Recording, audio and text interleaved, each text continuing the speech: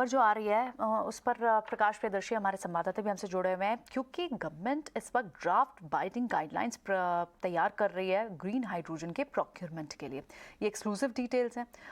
Ministry of renewable energy next month ये कर सकती है, इस पर गाइडलाइंस ला सकती है। एक बार प्रकाश से और डिटेल्स इस पर समझ लेते हैं। प्रकाश, और क्या डिटेल्स आ रही हैं आपके पास?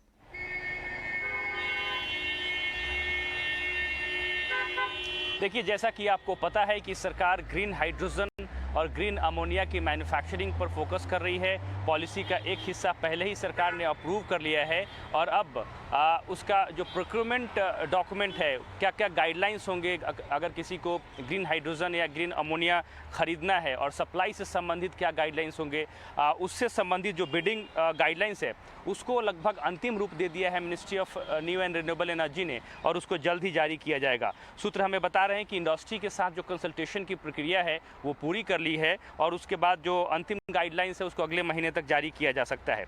अगर आप जैसा बता रहे हैं, जो प्रावधान किए गए हैं इस गाइडलाइंस पे उस पर अगर आप नज़र डालें तो कॉन्ट्रैक्ट के बाद जो प्रोजेक्ट की शुरुआत है वो 30 दिन के अंदर 30 महीने के अंदर जो है, माफ़ करें, इसकी कमीशनिंग प्रोजेक्ट की करनी ज़रूरी है। साथ ही साथ जो एंड कंज्यूमर है उसको यूनिफॉर्म टैरिफ के आधार पे ग्रीन हाइड्रोजन या ग्रीन अमोनिया की सप्लाई जो है वो की जाएगी। एंड कंज्यूमर्स के लिए शॉर्ट टर्म कॉन्ट्रैक्ट की फैसिलिटी अवेलेबल होगी, इंटरमीडिएरीज के लिए लॉन्ग टर्म सप्लाई के लिए कॉन्ट्रैक्ट जो है वो किया जा सकता है।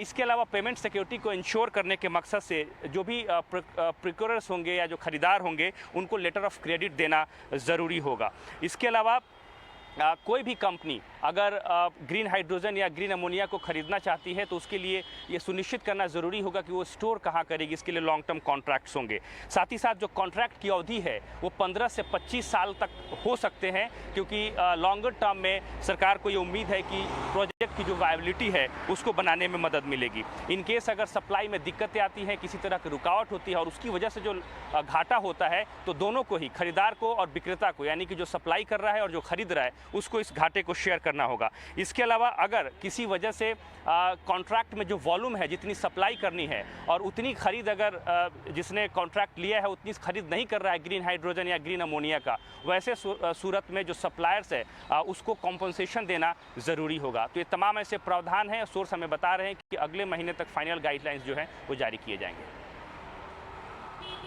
ऑलराइट, ठीक है प्रकाश, बिल्कुल, बहुत बहुत शुक्रिया। इस एक्सक्लूसिव डिटेल का इंतजार रहेगा आपसे इस पर और अपडेट का। एक बार